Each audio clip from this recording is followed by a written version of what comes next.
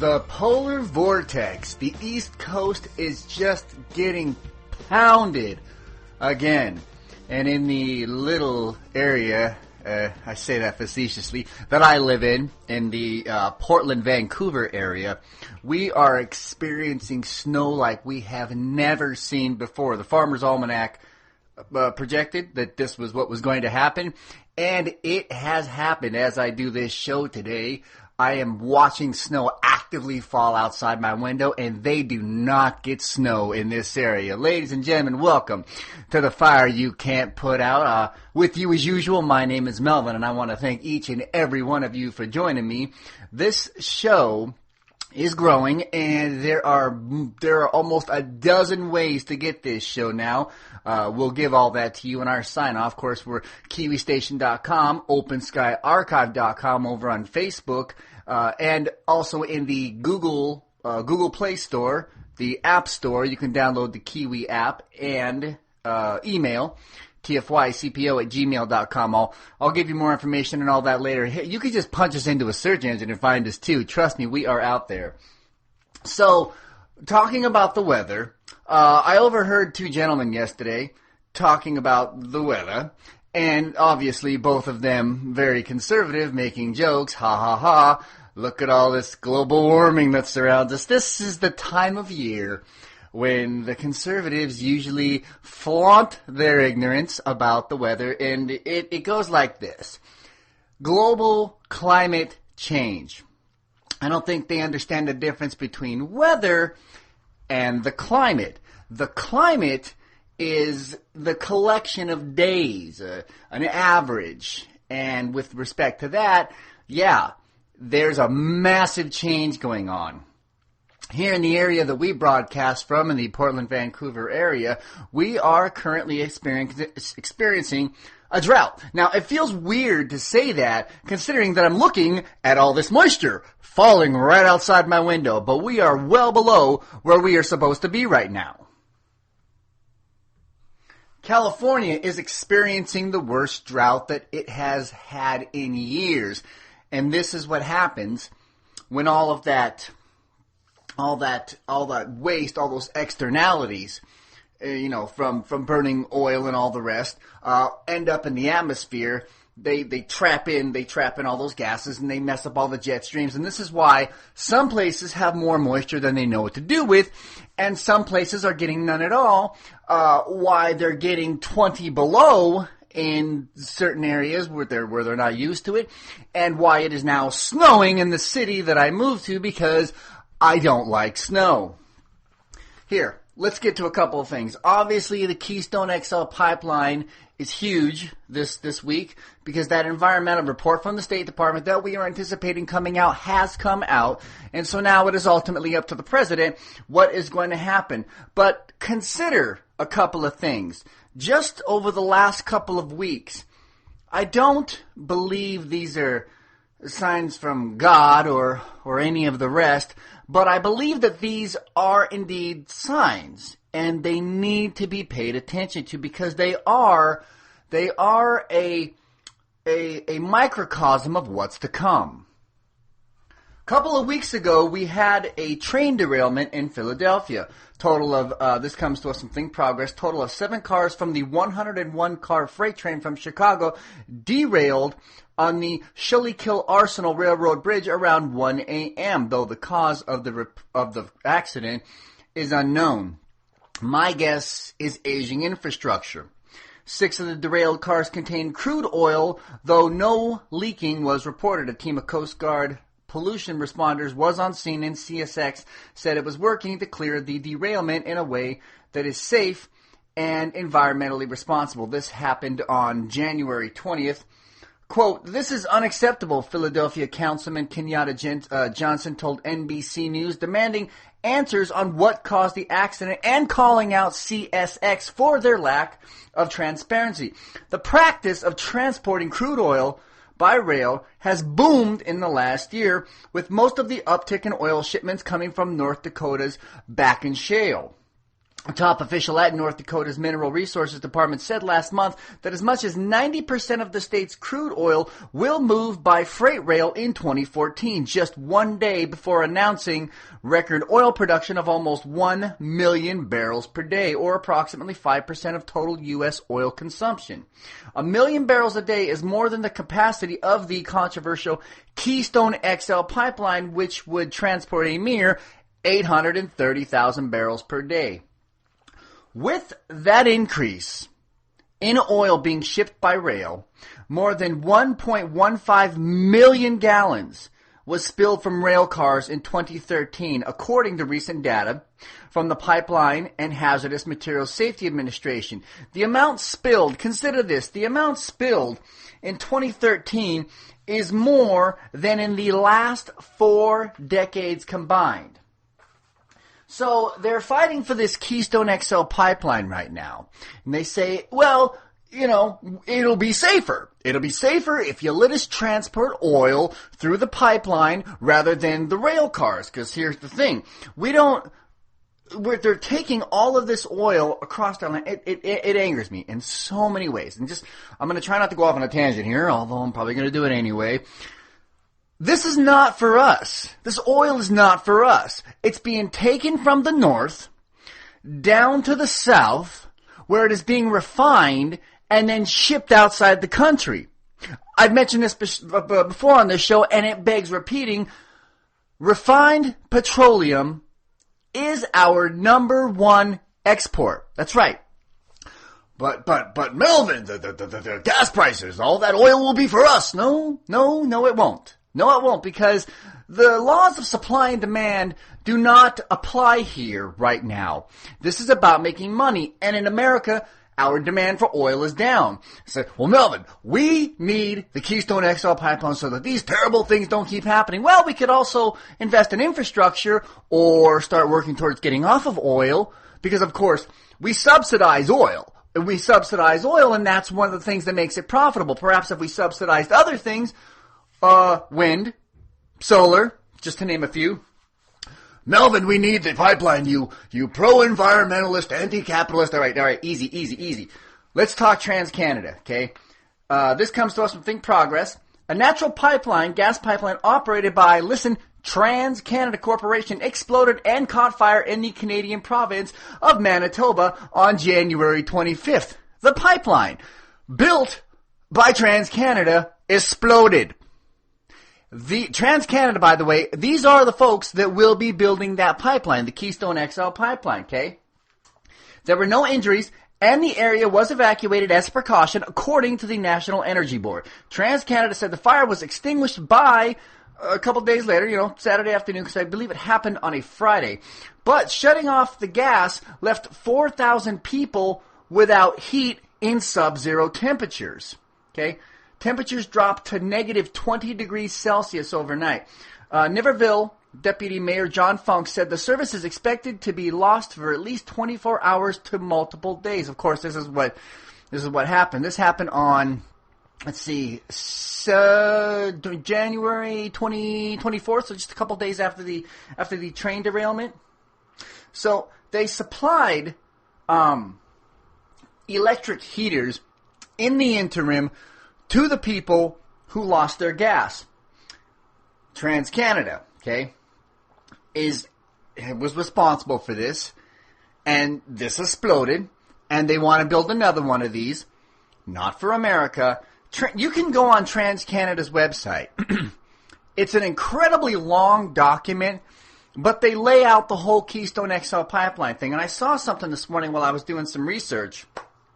Ads for the Keystone XL pipeline paid for by TransCanada are now popping up on websites that I visit. A Wall Street Journal analysis released a couple of weeks ago found that people discover pipeline spills more often than the leak detection technology touted by companies. Based on PHMSA data for 251 pipeline incidents over 4 years, the Wall Street Journal found that nearby residents or company employees were nearly 3 times as likely to detect a pipeline leak. Leak detection software, special alarms, 24/7 control room monitoring, on the other hand, discovered leaks just 19.5% of the time. So here's the thing. They want to build this, and when it leaks, it's not bloody likely that they're going to be the ones who figure out that it leaks and takes care of it. Chances are you're going to find out that it leaks after it's too late. There was a couple of stories in this past year where people were completely unaware that there was a pipeline running through their neighborhood until it began spilling in their backyard. They reap the profits, you deal with the externalities. One more. About a week and a half ago, an out-of-control well began blowing gas into the air, according to a report by the Associated Press. Okay, it was blowing methane, just blowing it right into the air. 42 non-essential workers from Rowan Company PLC's offshore rig in the Gulf of Mexico named Louisiana were evacuated, and 37 stayed on the rig to try to stop the flow of gas. The rig operator was NVen Energy. Quote, all personnel currently aboard the rig are safe and non-essential personnel have been evacuated. All well control equipment is functioning and designed, and there was no environmental impact, Rowan Company spokesperson Deanna Castillo told the AP. Unlike a spill, an out-of-control well blowing gas does not pollute in a traditional visible sense. This comes to us from Think Progress. Instead, it releases methane, the potent, second most prevalent greenhouse gas into the air, contributing to climate change.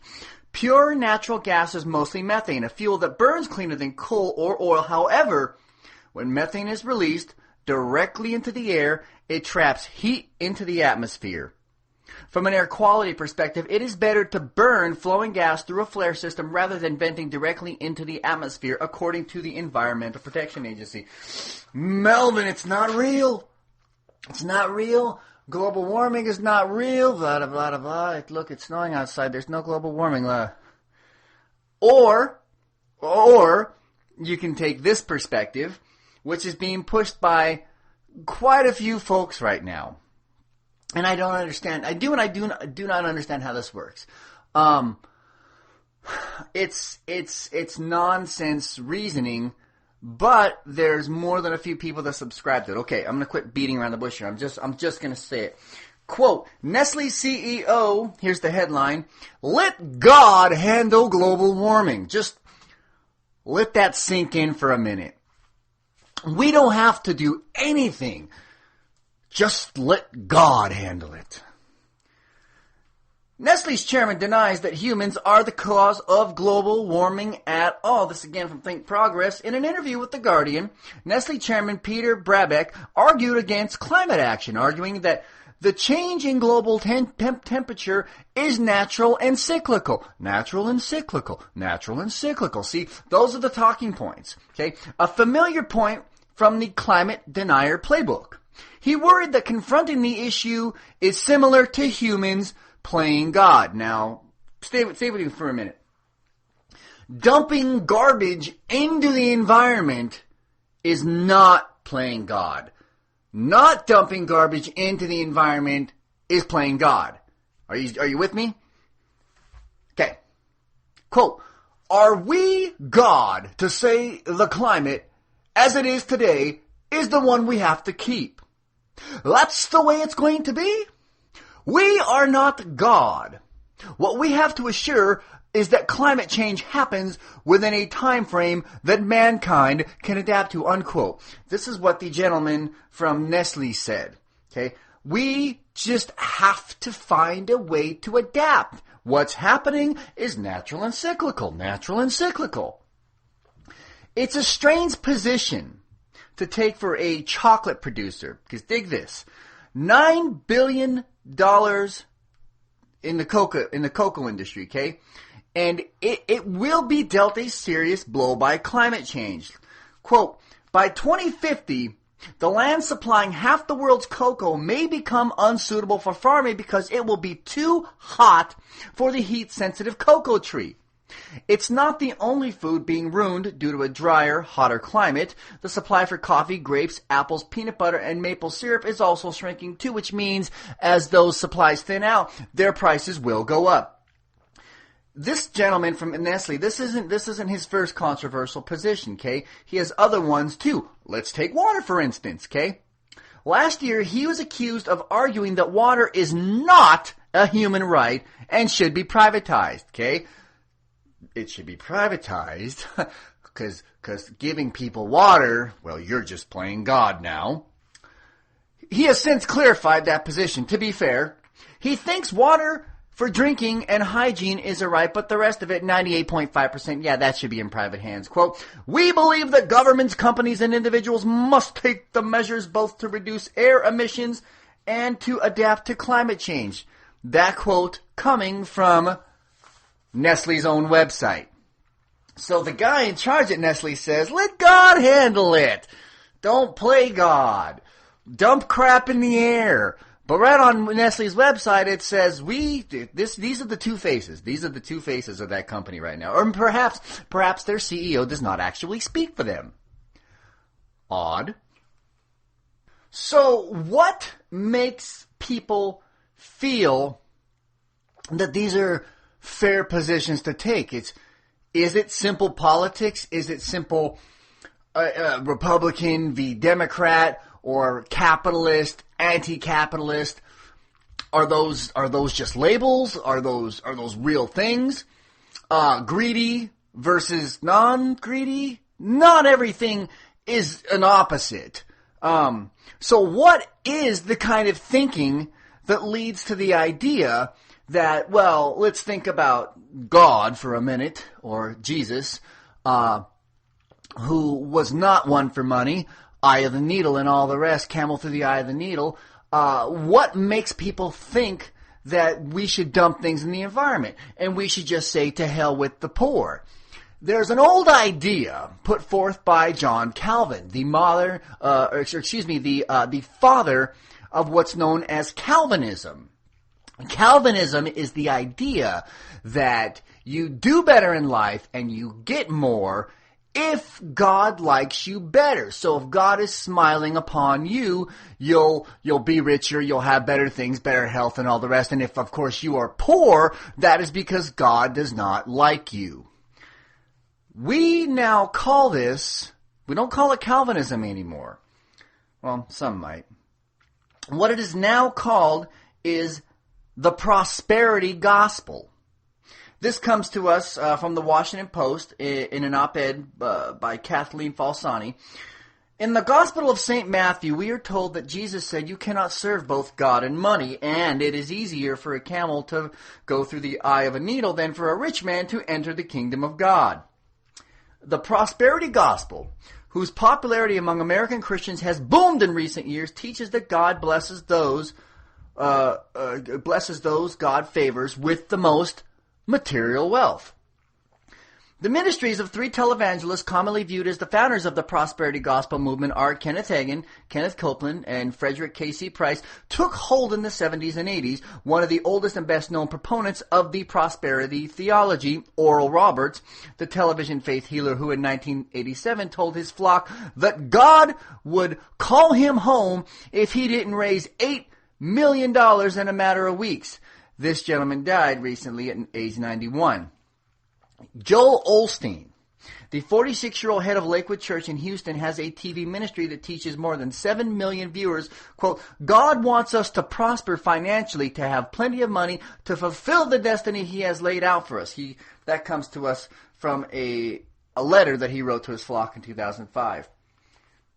Few theological ideas ring more dissonant with the harmony of the Orthodox Christianity than a focus on storing up treasures on earth as a primary goal of faithful living. The gospel of prosperity turns Christianity into a vapid bless me club with a doctrine that amounts to little more than spiritual magic thinking. If you pray the right way, God will make you rich. Two more things from the article. If God were so concerned about 401ks and Mercedes, why would God's son have been born into poverty? Jesus was poor. Born poor and died poor. When he talked about material wealth, it was generally part of a cautionary tale. But this is the prevailing thinking right now.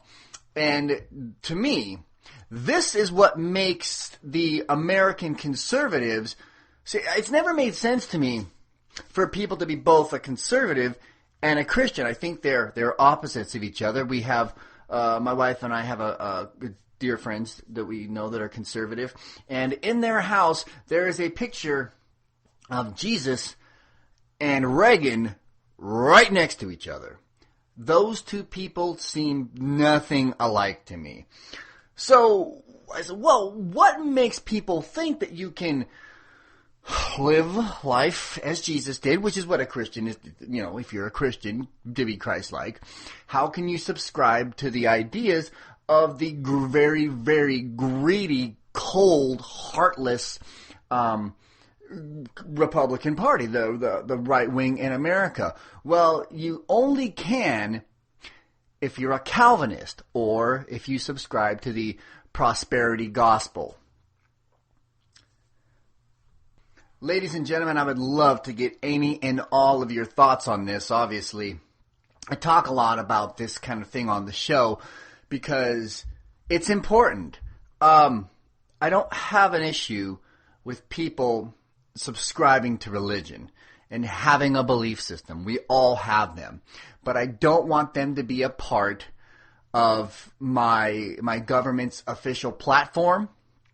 And if you're going to merge politics and the gospel, then I think that you should lose your tax-exempt status. This comes to us from the Huffington Post. Nebraska State Senator Ernie Chambers' new bill aimed at eliminating state property tax exemptions for religious organization is set for review by the legislators' review committee. Okay. Bill LB 675, which was introduced by the openly atheist lawmaker, attempts to gain more revenue rather than less by taking away churches' property tax exemptions, according to Chambers' own statement of intent. Although the measure will most likely be killed in committee, Chambers argued in the statement, the governor and candidates for governor have said that everything should be on the table. If taxes were paid on the many churches and cathedrals and temples in every city in this state, perhaps the state's assistance to local governments and schools would be diminished considerably, leaving more in state coffers for other services. In short, pay your taxes, he wrote. By passing this bill, legislators would be, in effect, fulfilling scriptures, Chambers claimed. Chambers is no secret to this, or no stranger to this kind of thing. In 2007, he filed a lawsuit against God for causing widespread death, destruction, and terrorization of millions upon millions of the Earth's inhabitants. He tried to sue God. I appreciate his effort, and I think that there should be no tax-exempt status because especially if you're going to get involved in politics. If you're going to get involved in politics, then you should be paying taxes just like the rest of us. There was a time where it made sense, where there was no intersection of religion and politics. But now that there is, it's time for not just some, all churches to lose their tax-exempt status. Okay, a couple of weird stories I just want to throw in here because these just got my...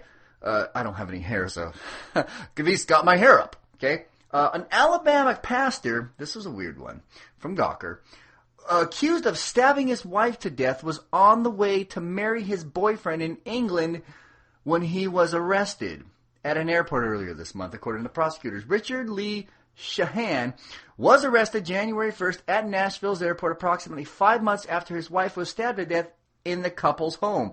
After going through 3,000 of his emails, prosecutors learned that he had a boyfriend in Europe that he was on his way to marry. Yeah, this was a pastor. I'm sorry. That's just a wicked, weird story. I just thought, okay, one more. These are dovetailing with the whole religion thing, but these aren't typical. These are just wild stories, okay? All right. Woman gives $500,000 to Nigerian scammer that she met on Christian Mingle. According to the San Francisco Chronicle, the con artist, posing as a British citizen on a Scottish oil rig, sounds strange right there, persistently pursued the 66-year-old victim, repeatedly calling her at her San Jose, California home and sending her texts and flowers. Eventually, he asked her for a loan for a non-existent business and even went so far as making a fake website for the business. He asked for $200,000 in one lump sum last year. She gave it to him. She became suspicious, and then she finally called the police. Of course, she was taken, and then they checked the guy's Skype account, and it went back to, well, they traced it back to Nigeria, where this kind of a thing isn't exactly illegal to do. I feel terrible for that poor woman. The elderly seem to be taken in by these things more than anybody else, and it's simply because they don't know. And the Nigerian scam is a well-known scam, and of course, going on websites, giving money to people that you meet on the internet, 100% of the time, never ever a good idea. Okay, let's get into this week's responsible gun owners. The trial of Michael Dunn is starting this upcoming week. Okay, now you may remember this coming to us from Think Progress. Michael Dunn claims he felt threatened after he pulled up next to victim Jordan Davis and his friends at a Jacksonville convenience store parking lot. After Dunn asked Davis and his friends to turn the music down, they were playing in their sport utility vehicle. A dispute emerged between them. Dunn then allegedly pulled his gun out of his glove compartment and fired several shots into the SUV where Davis was sitting with three friends. Several witnesses to the shooting say they saw no physical altercation. Dunn then fled the scene and was apprehended by police a day later. Davis died in the arms of a friend in the car, unarmed. According to his father, no guns were found in the car. In a letter to the local WJXX station, Dunn said, after multiple threats of death by Jordan Davis and the brandishing of a weapon, I was convinced that my life was in danger and I had no choice but to defend myself. I am not a murderer. I am a survivor. This is just like George Zimmerman. This is a crazy paranoid white man, saw some black folks doing some things that he didn't like, and decided that he was going to kill them and claimed that he was a survivor and not a murderer. Okay, say, Melvin, why are you bringing up race? It's got nothing to do with race. He clearly felt threatened by the unarmed teenager. Okay, this is about race, and we've got proof. In a letter to an unknown recipient highlighted by Jacksonville's WTEV, this is Michael Dunn, the guy on trial. He writes, quote, it's spooky how racist everyone is up in here and how biased towards blacks that the courts are. This jail is full of blacks and they all act like thugs. This may sound a bit radical, but if more people would arm themselves and kill these effing idiots, when they're threatening you, eventually they would take a hint and change their behavior. No. The hits keep coming. Quote, I just got off the phone with you and you were talking about how racist the blacks are up there. The more time I am exposed to these people, the more prejudiced I become. And in a letter to his grandmother, quote, I'm not really prejudiced against race, which is what racists say, but I have no use for certain cultures. This gangster rap, ghetto-talking thug culture that certain segments of society flock to is intolerable. Another black teenager gunned down by a gun nut, made possible by the Stand Your Ground laws brought to us by ALEC and right-wing legislators, which essentially made murder legal. It goes to trial this week. Of course, he's trying the Stand Your Ground defense. And then, of course, that was last week where, well, of course, it wasn't racial at all. Or a couple weeks ago, it was a gentleman in a movie theater that texted his babysitter. We covered this on the show. Texted his babysitter that he was going to turn his phone off because the movie was starting, and then a retired officer decided to shoot that guy. More responsible gun owners all the time. And, of course, he's using the Stand Your Ground defense because the guy clearly had popcorn. And anything could have happened with that popcorn. So George Zimmerman, and we're not going to hang on this for too long, George Zimmerman is out of money. He's millions of dollars in debt. His wife has left him. He sold a painting on eBay for $100,000, but essentially it's schemes like this. This is how he's going to have to survive for the rest of his life through schemes and all the rest. So George Zimmerman put it out there that he wanted, I can't even use this word, He wants to get to be involved in a celebrity boxing match. Now, let me make perfectly clear. George Zimmerman is not a celebrity. He's a murderer. He got well known, notorious if you will, for murdering an unarmed African-American teenager. That doesn't make him a celebrity. That simply makes him a murderer. But he wants to fight somebody famous. Fine. One of the first people to step up was The Game. You may or may not have heard of The Game. He is a hip-hop star, a rapper, if you will. I enjoy a lot of hip-hop music. I listen to The Game. And The Game actually has a tattoo of Trayvon on one of his legs. But Game wasn't the only one. 15,000 people stepped up and said that they would be willing to fight George Zimmerman in a boxing match. And then the loudest voice of them all finally spoke up, DMX. DMX put his name out there. The 43-year-old rapper tells TMZ he wants to do it, for every black person who has ever been done wrong by the system. Quote, I'm going to do this as clean as I can. This is from DMX. I am going to beat the living F out of him. I'm going to break every rule in boxing to make sure I F him up right. Once I am done with him, I'm going to, then he mentions pulling out his his genitals and urinating on George Zimmerman. I don't think it's going to happen. And it's getting him a lot of press right now, both DMX and George Zimmerman. And it's the most ridiculous thing ever. But as of right now, no papers have been signed, and it really looks like it's not going to happen.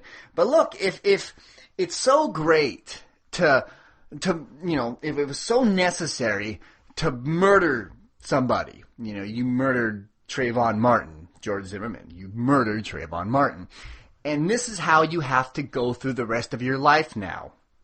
Was it worth it? And by the way, how are you going to survive a boxing match? You confronted a teenager, and you couldn't even defend yourself against the teenager. You had to kill him because he was getting the best of you. But you're going to take on DMX. Bless your heart, George Zimmerman. Well, it's all about protection. Guns are all about protection. How are we going to protect ourselves if we don't have guns? Well, if guns are all about protection, then why do we have the RIP? This is probably the most terrifying thing I have read about in some time. The RIP round. This comes to us from, where did we get this? We got this from HuffPo, I believe, posted by Richard Rowe. It's a round, very particular type of solid copper hollow point. It's a bullet. Why copper? Because lead is too soft to maintain the structural integrity after impact. What this bullet does is it flattens out, or it spreads out after it hits. Okay, listen. This round, with its spreading cone of copper needles, almost guarantees a very slow, decidedly painful, unpeaceful death. It is for this very reason that another similar weapon was outlawed by the Hague Convention. Now, this bullet, it's a flechette design, okay? It's a sharp metal dart or spike. Generally, it will have a set of stabilizing fins on the back, much like the darts at your local pub. Flechettes have been in use in tanks as anti-personnel weapons and in specialized shotgun shells for a century or more. Death by flechette takes a long time, unlike a traditional round, which does most of its damage by transferring kinetic energy into an expanding bubble inside the target. Flechette needles simply puncture lungs, hearts, and vital organs and then pass through the other side. Make no mistake, the RIP round is no self-defense weapon. If it's really all about protection, then why, oh why, do you need to create a bullet that creates the most painful, slow death possible? If it's really all about protection, it's not. It's about violence. It's about pain. It's about murder. It was never about protection. Policemen protect themselves. They have guns to protect themselves against the gun-carrying public. Hunters hunt for animals. They kill and they eat what they kill. Most folks get these things, they shoot themselves. There was a story of a guy here in Portland, I was going to bring it to you, but it just wasn't that... real quick. He shoved the gun down the front of his pants and shot himself in the genitalia.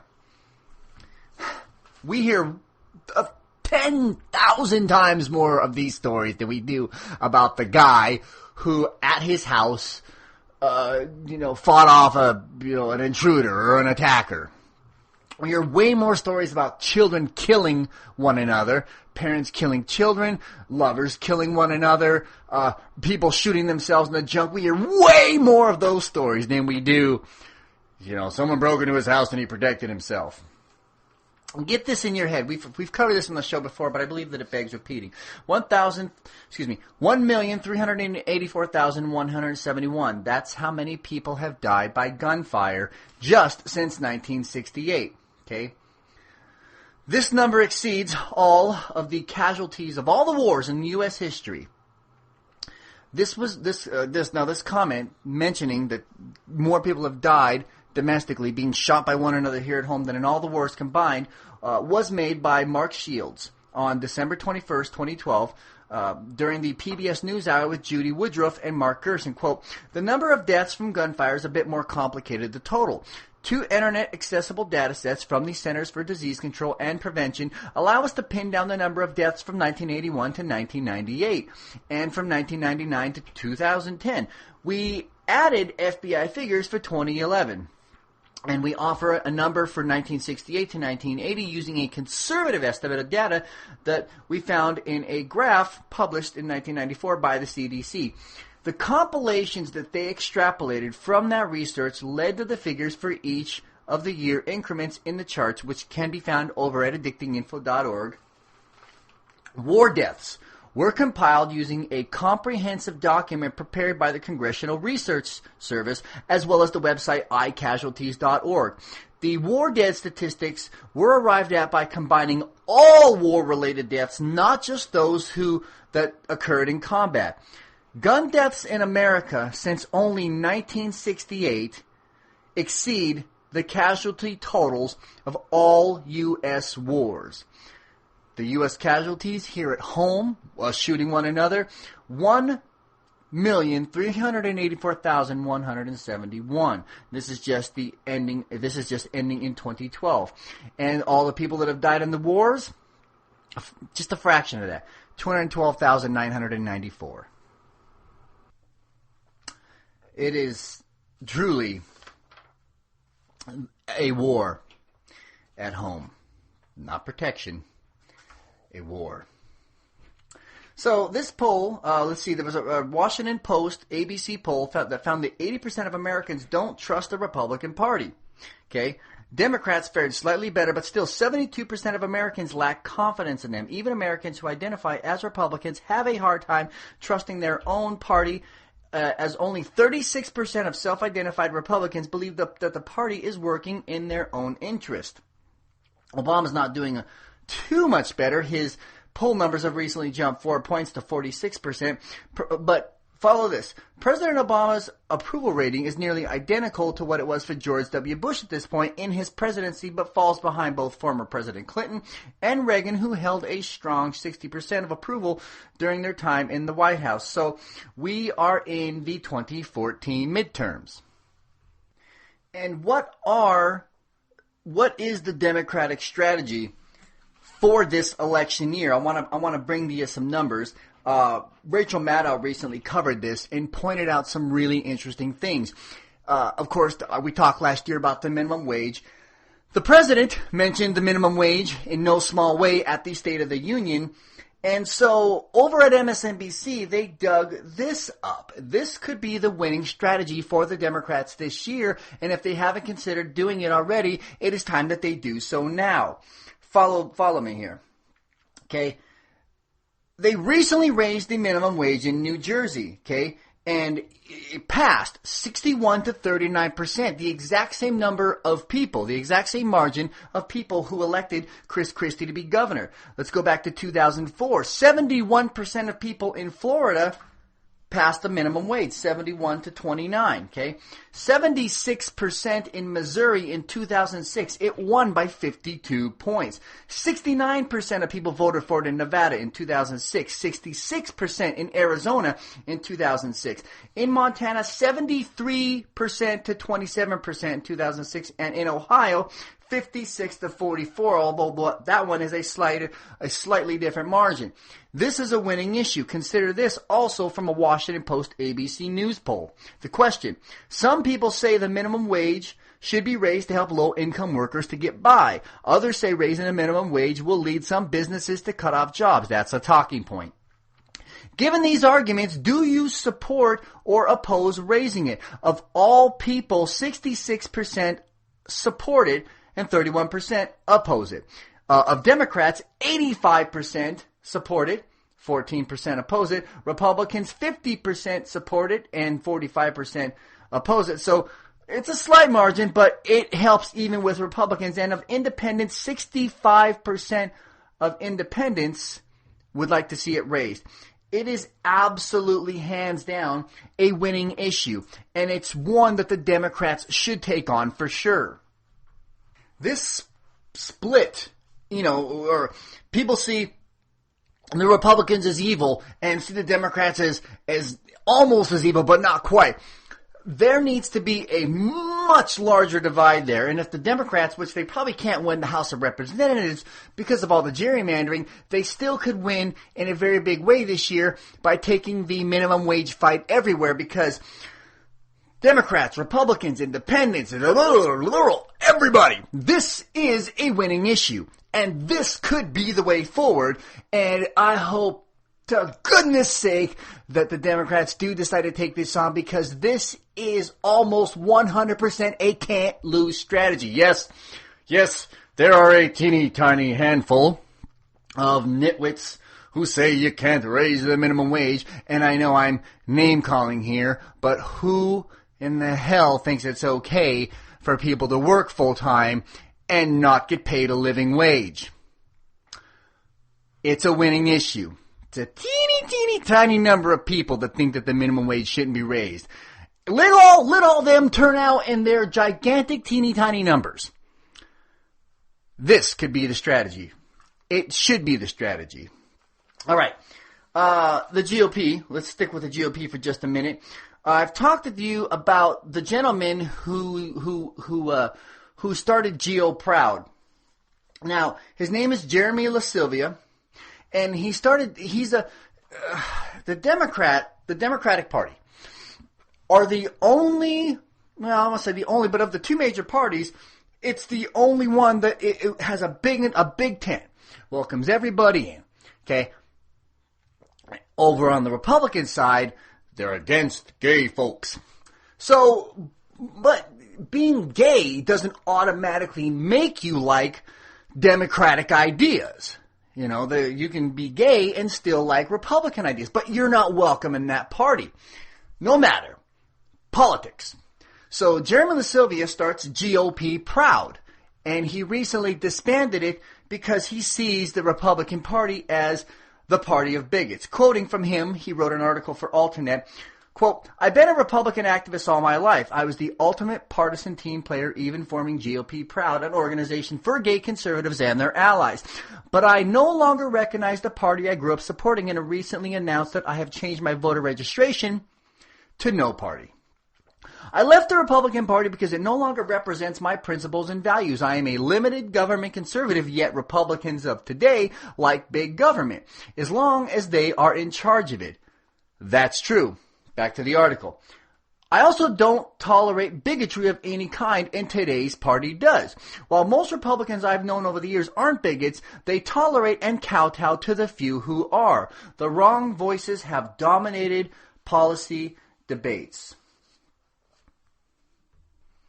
So they're losing African Americans, Latinos, women, the very, very few gay folks that are in their party, how are they going to move forward during this election year? How are the Republicans going to win 80 parties?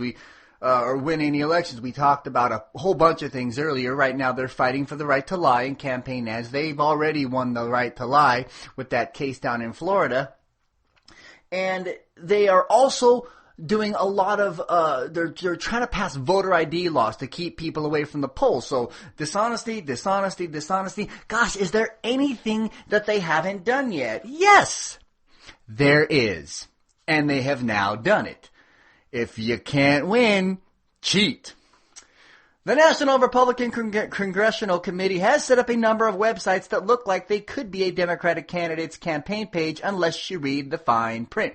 This comes to us from Rebecca Lieber over at Think Progress. Campaign Legal Center expert Paul S. Ryan looked at these websites. Now, for example, it'll say in large lettering Kirkpatrick for Congress with a picture of the potential congressman or woman. Then it'll read in the fine print, make a contribution to help defeat, insert candidate's name, and candidates like him or her. Okay. The NRCC has set up these pages for various congressional opponents, including Amanda Renteria, Martha Robertson, Kristen Sinema, and Ann Kirkpatrick, Alex Sink, and John Tierney. The websites appear to violate the FEC regulation prohibiting political committees and parties from using the candidate's name in special projects. The FEC considers websites, including microsites, a special project falling under this rule. So they said, hey, I would love. So is this, no, hold on. Is this okay? Winning at all cost. Is this okay? Fighting for the right to lie, keeping people away from voting, setting up fake websites. Is it okay to cheat as long as you win? If you have something that people want, you don't have to force it on them. You don't have to demand that they take it from you at gunpoint. I'm paraphrasing here. I heard this from someone. I can't remember where I heard it from. So this isn't me, but it's a very strong point. If you have something that people want, you don't have to force it on them.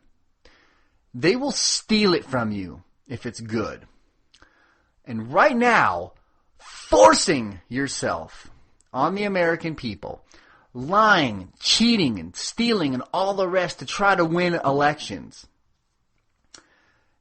If you really have something good, why do you have to force it upon people? The Republican Party and increasingly the Democratic Party are there to serve one group and one group's interest only, the insanely wealthy. Let's get to the ACA. Although you cannot see it, ladies and gentlemen, I am doing a happy dance right about now. Let's start with some polls. First of all, the U.S. uninsured rate, this comes to us from TPM, the U.S. uninsured rate tumbled more than a percentage point from December 2013 to January 2014, according to a Gallup poll, indicating that millions of Americans became covered at the same time that Obamacare coverage took full effect. The coverage of uninsured Americans fell from 17.3% in December to 16.1% in January, Gallup found. Among different subsets, the biggest drop was among the unemployed, 6.7%. The Obama administration has reported that 2.2 million people have signed up and have been enrolled in for private coverage through the healthcare reform law as of December 28. More than 6 million people have also been enrolled in Medicaid since October, and among those people covered by the program's expansion under Obamacare with their coverage, of course, starting January 1st. Boom! Right? More and more people are being covered by the law. Hey, as it goes on, this now that they got the website fixed and all the rest, this train is just going to keep rolling on. So, we talk about the CBO quite a bit on this program, and the reason that we do is because they are pure numbers wonks. Numbers, math, all the rest, that's it. That's what they do. It's not a partisan office. The Republicans cite the CBO whenever the CBO says something that they like. And then when the CBO, this is the Congressional Budget Office, and then when the CBO says something that they don't like, they claim that they're liberals and they're socialists and all the rest run the CBO. Fine, whatever you guys, whatever it takes, okay? So this was the headline this past week. The CBO just nuked Obamacare. That was on the National Review, a conservative site. This comes to us from Steve Bannon over at MSNBC. Despite what Americans are being told, the CBO did not find what the healthcare reform law would cost. Did not find that the healthcare reform law would cost the nation over 2 million jobs. What it actually said, because even our local news here in Portland was saying it's going to cost 2 million jobs, and I went, wait a minute. How? I don't understand how, because when it was implemented in Massachusetts, it didn't cost 2 million jobs. Well, allow me to finish. What it actually said is that the law will empower more than 2 million people to leave the workforce if they want to, no longer feeling forced to stay at a job in order to have the benefits for them and their family. This ends something traditionally known as job lock, where you only stick around for the health benefits. Maybe you're sick. You're afraid you won't be able to get coverage again. You can't afford coverage on the private market outside of your work. This Obamacare, the ACA, this ends job lock, and now people are leaving their jobs because they want to, and they're not afraid of losing their health insurance, and that's good news. But over on all the conservative websites, even before reading the CBO's report, and even some that had read the CBO's report said, it's killing jobs! Well, of course, it's never true. So, Michael Hiltzik, to his credit, took the reporting one step further, okay? The Congressional Budget Office is out with its latest report on the ACA, and here are the bottom lines. The ACA is cheaper than expected. It will markedly increase the number of Americans with health insurance. The risk provisions, which congressional Republicans want to overturn as a bailout of the insurance industry, will actually turn a profit for the U.S. Treasury. For Obamacare critics, the law has increased part-time employment over full-time employment. The CBO found there is no compelling evidence to support that argument. For Obamacare critics, the law will worsen the nation's finances. Nope. The CBO found that the Affordable Health Care Act will actually reduce the deficit by more than $1 trillion over the next 20 years. For Obamacare critics, the law will force consumers to pay more for health care. The CBO found that the ACA's premiums were even better than originally projected. Again, to the Obamacare critics, the law will cause the ranks of the uninsured to swell. The CBO found that the ACA will bring coverage to 13 million Americans this year and 25 million Americans over the next couple of decades. Bam! And that's just the way it goes. Sorry if I freaked you out right there. That was, but I'm so glad that, especially with as, wobbly as it started out, I'm just so glad that it's going so well. So many more people are getting health care because it's ridiculous. It's ridiculous that we should have to worry about getting sick and dying from preventable diseases and all the rest. And, if we're going to have the private for-profit health insurance running things here in America, we need to find a way to make it more accessible. You can call that telling business what to do, but hey, it's health. And if you're Christian or non-Christian, if you're just a good person, you should want people to be able to have access to health care. All right, net neutrality. Okay, I wanted to cover this last week. Obviously, I wasn't able to get to it. Now, real quick, net neutrality. This comes to us from Occupy Democrats. Is basically, listen up, the ethical agreement that all traffic on the internet be treated equally. That all downloads, uploads, and streams should receive the same conditions for reaching the public, free of corporate manipulation and bullying. It is for that reason that bloggers can compete with the same audience as major national media outlets while sitting at home in their bathrobes. Okay? Net neutrality is open, fair, and allows for innovation to come from any portion of the populace. Even more importantly, it allows for free and open transfer of both information and communication over the internet. Now, we talked about how net neutrality was struck down by a court a couple of weeks ago. A lot of people, hair on fire, were calling it the end of the internet. I'm not there just yet. And one of the big concerns was obviously that internet providers were going to start slowing down Netflix. so that people would, like say Comcast. Comcast provides internet, and they say, well, Comcast will just start slowing down every time you want to look at Netflix because they can legally do that now, just because they want you to buy cable, which is insanely expensive. So, along with YouTube, Netflix is about half of all the internet activity. About half. Porn is roughly a third, and then everything else is, everything else. But streaming takes up a lot of bandwidth and all the rest. So Reed Hastings and CFO Wells wrote in a letter to investors regarding the demise of net neutrality. Quote, were this draconian scenario to unfold with some ISP, we would vigorously protest and encourage our members to demand the open internet that they are paying their ISP to deliver. In the same letter, Netflix underlined its strength among consumers by announcing its consumer base now exceeds 34 million Americans, a 23% rise over the previous year, comprising almost a third of all the internet's traffic during peak hours. In its quarterly letter to shareholders, Hastings predicts that ISPs will be cautious about their newfound power.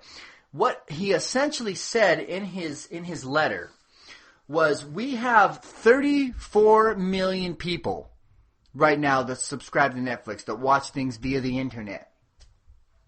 And if you guys allow this draconian thing to play out, you start slowing down Netflix, we will turn all of these people into political activists. And they will come for you. And there will be blood. Now, I'm paraphrasing. These are my words. This isn't, but it's a threat. It's not a clear threat, but it's very much saying, hey, these people like what they're getting. They're paying to get it. Don't you dare slow down Netflix. Because if you do, we'll turn them all into activists. And I think that it's a fantastic idea. The internet, it's for everybody. It should be we the people. That, like I said, a small internet outfit like the one I run out of my home with this show can compete with other shows because the internet is open. If they allow certain shows to speed up and other ones to slow down, then obviously that's not going to help. That's going to screw the little guy. What city in America has the fastest internet? Not in the world, but they are definitely right there with the fastest internet in the world. Chattanooga, Tennessee. Follow me here. This is Tom Hartman writing for Alternet. Chattanooga is the home to The Gig, which is a taxpayer-owned high-speed fiber optic network. According to the New York Times, back in 2009, Chattanooga received a $111 million stimulus grant from the federal government, which allowed them to get The Gig up and running. Maintained and operated by Chattanooga's publicly owned utility company EPB. For less than $70 a month, residents browse the World Wide Web on a high-speed fiber optic connection that shoots data back and forth at 1 gigabyte per second. That's 1,000 megabytes per second. Most internet is around 20 to 40, right? This is 1,000. As the New York Times points out, 1 gigabit per second is 50 times faster than the average internet speed for homes in the rest of the U.S., and it is just as fast as the internet service in Hong Kong, which has the fastest internet on the planet. Someone in Chattanooga can download a full-length movie in high definition in under 35 seconds. It's good for business, too. Chattanooga officials say The Gig has helped create at least 1,000 jobs over the past 3 years, and internet-based businesses are moving to Chattanooga from high-profile cities like New York and San Francisco because of the lightning-fast speed. Here's the thing. The United States isn't even in the top 25 when it comes to internet speeds. We come in at 31 behind countries like Bulgaria, Estonia, and Romania. Yeah, it's been huge. It's been an absolute boom for them. And we should all have this. At a time in Chattanooga, Tennessee of all places, where they've got the fastest internet in the country, you've got all these ISPs around the nation saying, you know what? To hell with net neutrality. We want to start slowing down everybody's internet unless you pay us more. It's going to be an interesting year, definitely an interesting couple of years, with respect to the internet.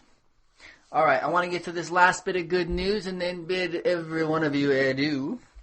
So, this comes to us from Daily Kos. A few days ago, a diary was posted explaining that the U.S. Inspector General has recently endorsed the idea of the United States Post Office offering simple banking services in addition to its normal delivery service. Okay? This comes from the New Republic. The postal savings system allowed Americans, this is in 1911, to deposit cash with certain branch post offices at 2% interest. By 1947, the system held deposits for over 4 million customers, though dismantled in 1967 after banks offered higher interest rates and eroded its market share. The post office continues to issue domestic and international money orders, including $22.4 billion worth in 2011, as well as prepaid debit cards through a deal with American Express. Here's the idea. Payday lending services, which charge hundreds of percentage points in interest to people who need short-term loans. The idea is to turn those places into the local payday lending services. Turn post offices, and this would do two things: low interest loans to poor people who need them, or lower income people who need them. Also, it would be a revenue stream for the post office, which is in trouble because of some other things that the Congress did back in 2006 that they should not have done. And recently, Elizabeth Warren came out and endorsed this idea. In an op-ed for the Huffington Post, Senator Warren explains that because of the exorbitant fees that payday lenders charge, low-income Americans roughly spend 10% of their income on things like check cashing and short-term loans, which is roughly the same amount that most average Americans spend on food. This idea could easily be adopted by the Postmaster General and begin without congressional approval, but so far, the Postmaster General has declined to go forward with this idea. But it's out there, and we can push for it, and it would be nice to see a lot of these payday lenders go by the wayside, because really they don't do any good for anybody. They just hurt people, and they take our poor people or lower income people, and they stick them in a bigger hole. You just dig a bigger hole, because once people take out these short-term loans, it just becomes cyclical. And they can never get out of it. Because they take out the loan, then they get their next paycheck. Some of it's already gone, the loan, and then even more of it's gone because of the cost of the loan. And then, so with the next paycheck, they start off with even less. And then they got to take out another loan. And then the next paycheck, it's even less, until eventually they get to a paycheck where the whole thing gets turned over, and then they've got nothing for the next week, 2 weeks, month, however often they're paid. This is a fantastic idea, and I would love to see this played out. Ladies and gentlemen, it has come to that time. I should have mentioned, of course, that today is, we're taping this on February 8th, 2014, episode 55 of The Fire You Can't Put Out, and I want to thank each and every one of you for listening. You can download or stream the shows at OpenSkyArchive.com. Our official home is KiwiStation.com. You can also stream our show on the YouTube channel, just youtube.com, and punch in Kiwi Station, all one word, into the search box.